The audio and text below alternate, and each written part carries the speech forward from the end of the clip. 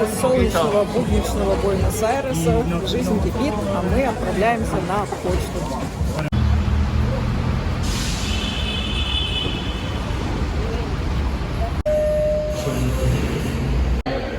Нужно заполнить адрес, и все, и можно отправлять. Почтовые индексы здесь. И также есть розеточки. Много розеток.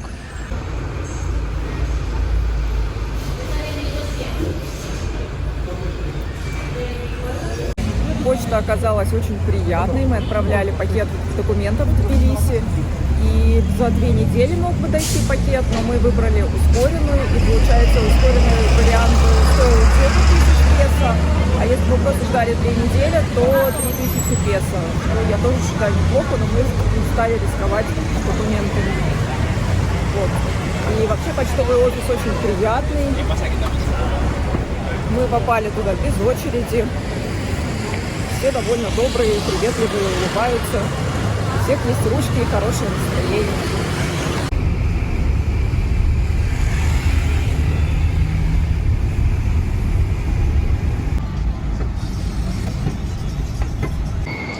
Идем снимать деньги, криптовалюту превращать в доллары. Вот этот офис. Этот обменник находится на улице Флорида. Здесь торговый центр, но не знаю, какой адрес точно. Торговый центр с неработающим эскалатором, немного заросший, покоцанный. Здесь продают технику разную и вот криптовалютный обменник. В этот раз у нас взяли $4,5 за $100. А в прошлый раз брали по $4. Ну, очень быстро выводят. Просто переводишь на счет, и тебе сразу дают наличные. Заглянули в этот обменник, но там банковский курс. То есть в 2 раза меньше, чем предлагают на улице. Пришли в обменник. Вот такую банкноту у нас не взяли. Пришлось менять другую. Вот так наш любимый обменник на улице Парагвай не взял у нас деньги из-за пятен. Хотя мы видели, как они меняли вообще очень рваные деньги. Ну, то есть даже не предложили сниженный курс, а вообще отказались брать. Хорошо, что у нас была другая культура. И дела. Ну, наверное, что в другом обменнике возьмут. Может, по меньшему курсу, но все-таки как-то что-то можно будет с этим сделать. Пошли тратить деньги в аптеку. Пришли обедать в такой интересный бар. Традиционная паста. Очередь стоит, чтобы заказывать. Мы тоже ждем пока. Сразу на кассе выдают напиток и стаканчик. А здесь вот будут готовить. Софи Лорен.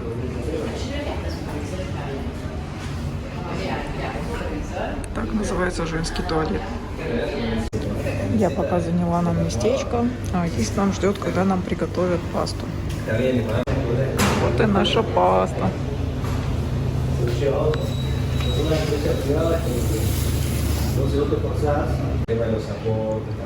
У меня фетучини с грибами. Еще дают к этой пасте вот такие хлебушки итальянские, очень вкусные. И вышло это на 1800. Будем пробовать.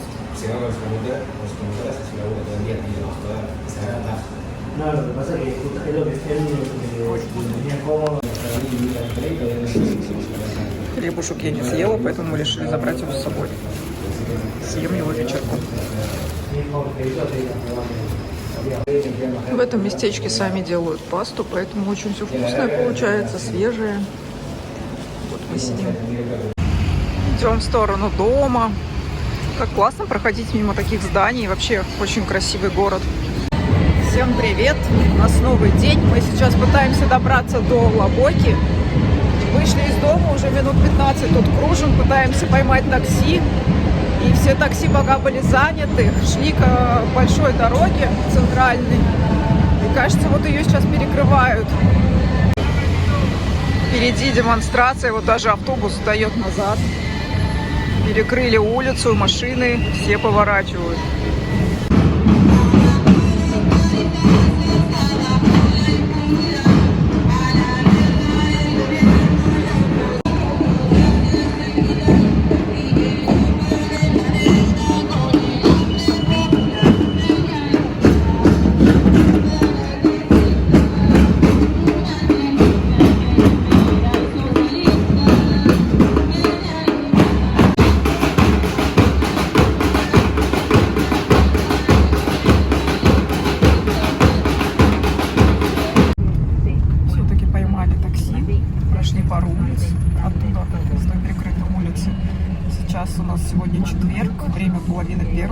и вот так внезапно натыкаешься на такие демонстрации. О, еще одна демонстрация. Вот отъехали подальше, здесь тоже демонстрация. Ну хотя бы не перекрыли движение.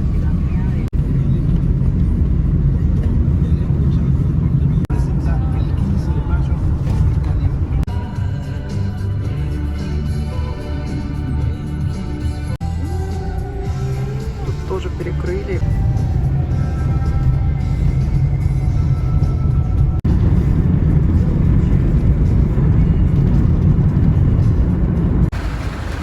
Вот мы и добрались.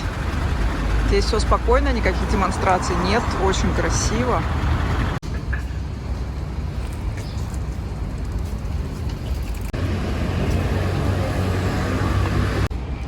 Так интересно, столики ресторан вынес прямо на проезжую часть. Мы пришли пообедать в очень милый ресторанчик. Как все-таки задают настроение обеду цветы и белые скатерти. Мне принесли пасту. Кстати, очень вкусный хлеб. У них здесь тоже свежий. И вот Азиз попросил мясо, такой огромный кусок. Причем мы даже не спросили, сколько это стоит. Просто какое-то спецпредложение. Я раньше всегда говорила, ну зачем идти в ресторан, чтобы есть макароны, которые и так можно поесть дома. Но теперь вот это вот, конечно, совсем другой уровень.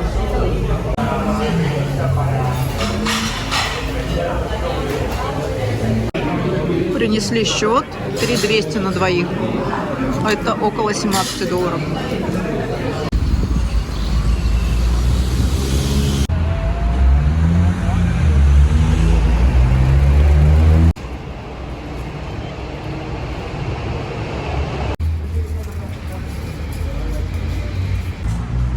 В 1884 году из-за частых пожаров в многоквартирных домах в Лоботе была создана первая в стране добровольная пожарная часть. Сейчас мы как раз находимся рядом с ней и немножко ее посмотрим. Эта пожарная часть находится здесь до сих пор. Вот Волонтариус. И старые пожарные каски. Не очень хорошо видно, но все же.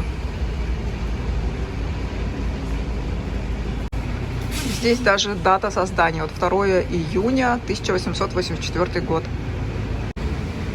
И пожарная машина. Нормальная такая у них добровольная часть, вполне себе. Полноценная, большая.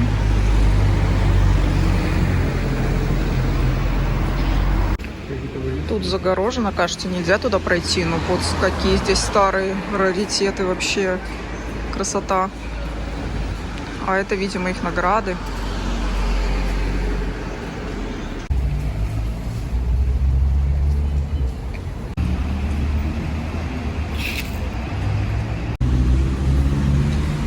Голубей трапеза.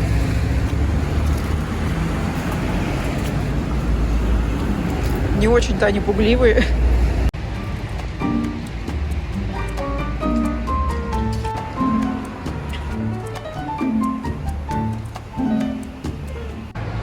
Это стадион Ла Бомбонера. Его так назвали из-за его формы, потому что он напоминает коробку. Это слово переводится как «коробка». На этом стадионе когда-то играл Диего Марадона за команду Бока Юниорс. Здесь есть сувенирный магазинчик. Можно приобрести разные товары сувенирные.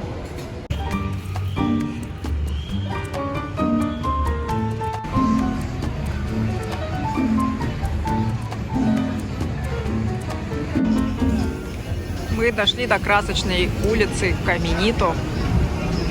Она пешеходная, здесь разные кафешки, также сувениры продают. За $6, 1200 песо, можно купить футболку Марадона.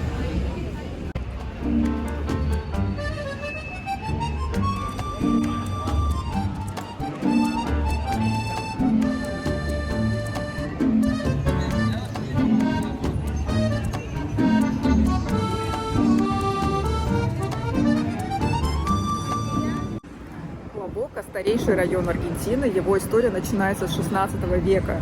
Однако активно заселяться он стал между 1830 и 1852 годами.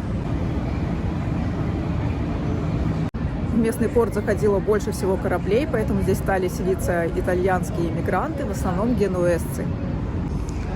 Типовые дома Лабоки строились из жестяных листов, часто их делали на сваях, потому что здесь были частые затопления. А внутри таких домов было много комнат, в которых жились целые семьи, а кухня и ванна были общие. То есть для нас это более знакомо как коммунальные квартиры.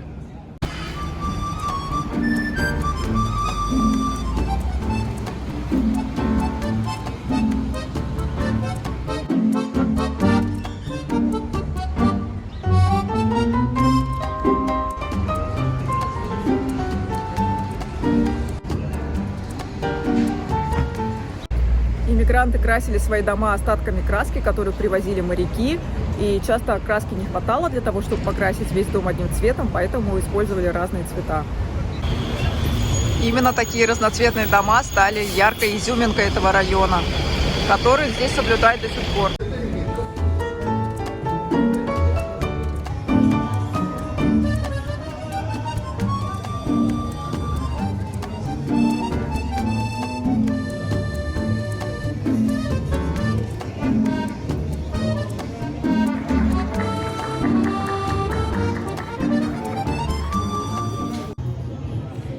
Вот сейчас мужчина показывает, как он путешествовал. Он, получается, делал фотографии, да? Да. Работал журналистом на BBC, на CNN. И вот показывает свое портфолио.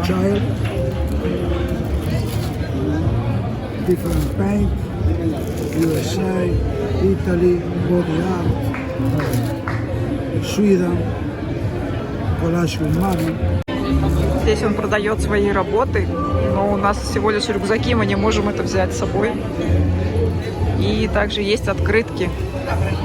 Очень бюджетно. No, I'm not engineer. I'm just web designer. I want to buy it. Так, он выбрал. Yeah. Okay.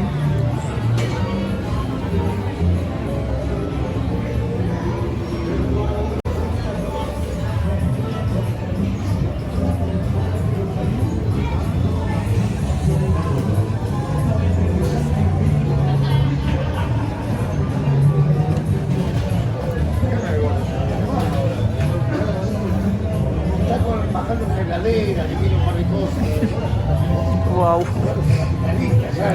It's great. How much? Получились два танцора танго. My signature, my passport. Супер. Также у этого мужчины есть еще кофейня, кофешоп, и там также можно попить пиво.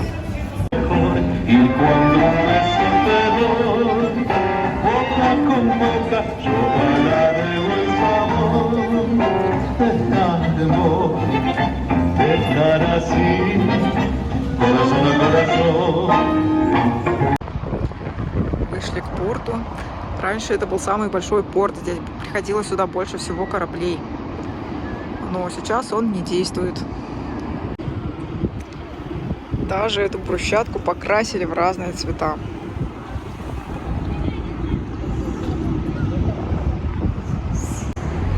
В наше время наводнений здесь больше нет. Здесь провели все необходимые работы, чтобы этого избежать. И вот этот берег реки теперь набережная красивая. Что еще интересного хочется рассказать о районе Лабока, это то, что однажды они провозгласили себя независимой республикой. В 1882 году в результате трудового конфликта группа генуэзских иммигрантов провозгласили район независимой республикой Лабока. Также они повесили здесь свой флаг и отправили соответствующие документы королю Италии. Но действующий в то время президент Аргентины Хулио Аргентино Рока прибыл на место происшествия с армией и разрешил конфликт. Снял также их флаг.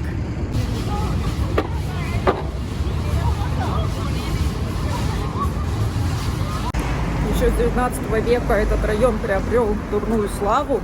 В наше время этот район тоже считается опасным, поэтому туристам рекомендуется посещать только вот туристические места, улица Каменита и там в тех краях. А так, говорят, здесь опасно, особенно вечером, желательно здесь не гулять самостоятельно. И даже вот по заборам чувствуется, что здесь намного более охраняют свои дома по сравнению с теми районами, где мы были до этого.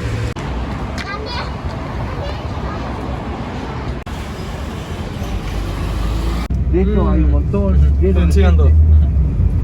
El colectivo, hermano, para acá y viste, despelote.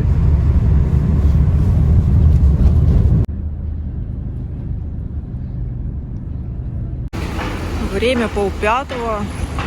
Пробки такие сильные, что мы вышли из такси, потому что просто стояли на месте и идем пешком.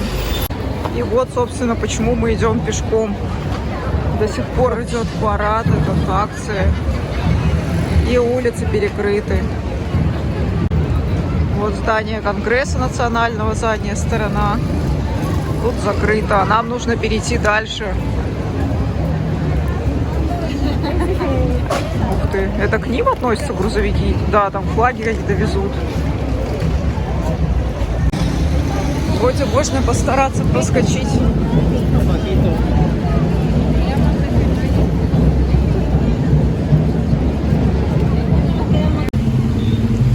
Перекрытая дорога, а мы идем вот сюда, в пекарню. Здесь очень вкусные медиалуны делают. Вот они, медиалуны. Доброе утро! Сегодня день нашего отъезда из Буэнос-Айреса, так что завтракаем, собираемся, работаем и уезжаем. А завтракаем мы сегодня медиалунами. Они похожи немножко на круассаны, но все-таки отличаются. Очень вкусные такие рогалики со сливочным маслом. Мы уже собрались. Сейчас попытаемся поймать такси. О, едет оно свободное. Вот оно.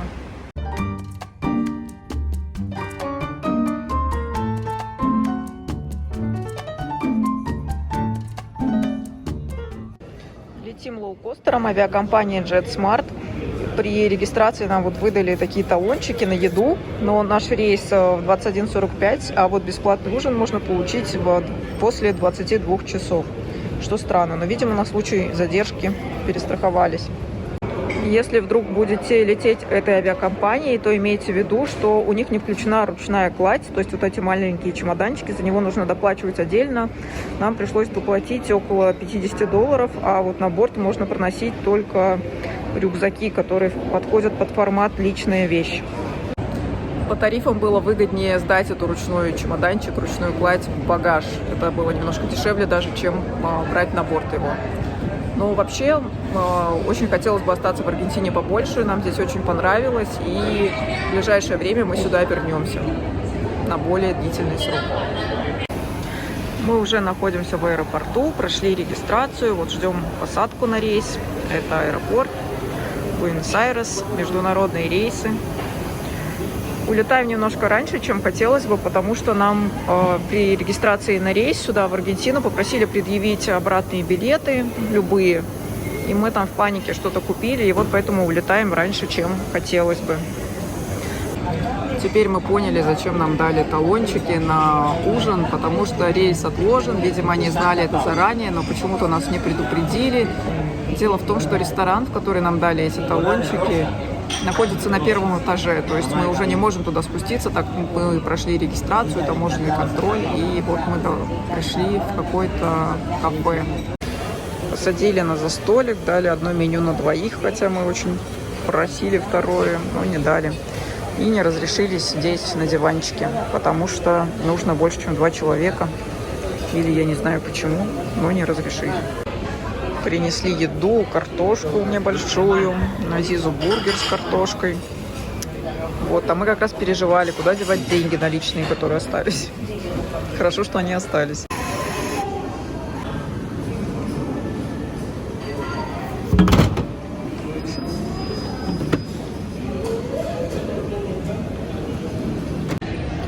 Я несколько раз прокрутила в голове разговор с девушкой, которая нас регистрировала на рейс, но так и не было там сказано, что наш рейс откладывается. На табло было написано, что он вовремя. Но у нас такой уверенностью давала нам этот талончик, что вообще, по идее, надо было спросить вообще, зачем вы это делаете? Ведь у нас вылет в 21:47, а талончик на после 22:00. Ну, что-то я постеснялась, не знаю, мне показался вопрос глупым. Вот, сидим уже 3 часа в аэропорту, осталось еще сидеть 3 часа до вылета, если, конечно, еще больше не отложат рейс. Аэропорт небольшой, всего 2 ресторанчика здесь работают на 2-м этаже. Такой. Здесь мы вот поели. Есть еще магазин какой-то. И duty free. Вот так. Ну, из плюсов, что здесь Wi-Fi хороший. И не нужно... В аэропорту хороший Wi-Fi. К нему легко подключиться. Не нужно регистрироваться, какие-то свои данные оставлять. Цены в ресторанчиках примерно как в городе. И вот такой вендинговый аппарат. И здесь все напитки по 100 песо. То есть где-то по 50 центов. Время 2 часа ночи. Мы прошли на посадку. Огромная очередь. Просто все стоят уже в 2-3 ряда.